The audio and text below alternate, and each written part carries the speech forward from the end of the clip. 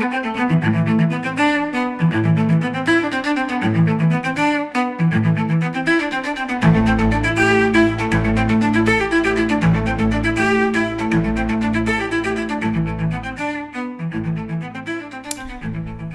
de Villiers, comme chaque semaine, j'essaie de sélectionner un extrait de ses interventions du vendredi soir sur CNews. Et là, il a dit, et je l'ai retenu, si j'étais au pouvoir. Vous allez écouter, c'est intéressant parce que peut-être que l'idée fait son chemin, on peut toujours rêver, mais effectivement, on prie le ciel pour qu'un homme comme ça soit président de la République de la France. Pourquoi ? Parce qu'il a beaucoup de qualités, et au-delà des qualités, il a une expérience que n'ont pas les autres, évidemment, qui prétendent au même poste. Il a le sens de la France, il est un peu monarchiste sur les bords, ce qui est pas mal, et je vois pas ce qu'on pourrait avoir de mieux dans le temps présent. Je vois pas d'autres profils. Alors on peut toujours critiquer, j'accepte qu'on le critique et qu'on remarque, qu'on fasse des remarques désobligeantes à son propos, mais moi, je préfère, si vous voulez, un De Villiers que tous ces gens qui baragouinent, qui parlent pour rien dire, qui sont loin du secret spirituel français, qui est une notion que peu de personnes ont conscience. C'est-à-dire, il y a une qualité particulière attachée à la France. C'est pour ça qu'on dit que la France est fille aînée de l'Église, il ne faut pas l'oublier. On y est, pour certains, très attachés. Pas pour des questions de bigoterie, mais bien plus profond que ça, parce que la France recèle en sa terre quelque chose que nous estimons être sacré et de portée universelle. Vous voyez, ça va loin. Donc on écoute notre cher De Villiers et vous allez voir, ça va vous satisfaire. Moi je dis aux Français qui nous regardent, et à ceux qui regarderont cette émission en replay, ou à ceux qui vont nous écouter sur Europe 1, dressez-vous contre ceux qui sont les ennemis de l'intérieur, la 5e colonne. Si on était courageux, vous savez ce qu'on ferait?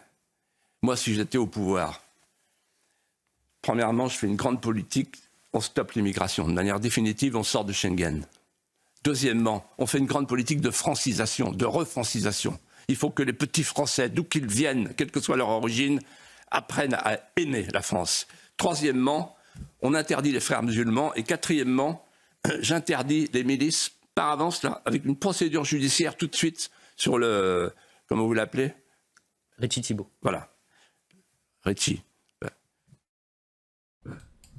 Oui, parce que nous avons des gens qui sont infiltrés en France et qui désirent créer un conflit civil, c'est-à-dire une guerre civile, et les milices sont les préalables d'une dictature, toujours.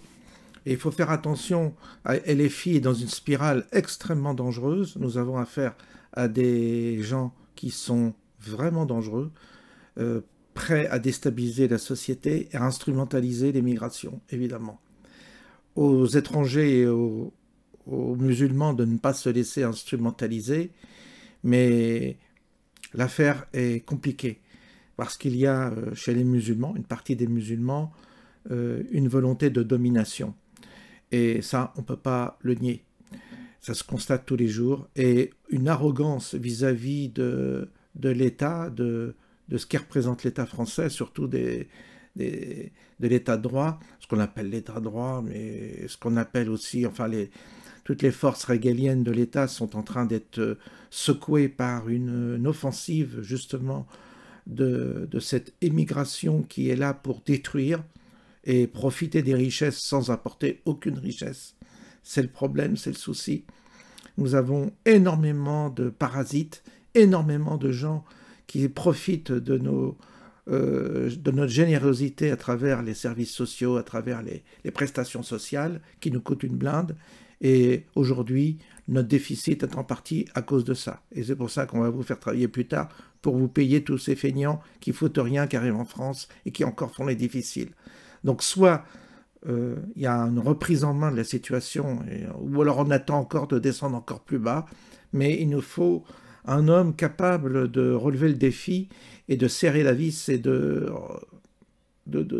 maîtriser, de reconstruire quelque chose d'autre. Je ne sais pas si c'est possible. Certains disent que c'est foutu, qu'il n'y a pas d'espoir.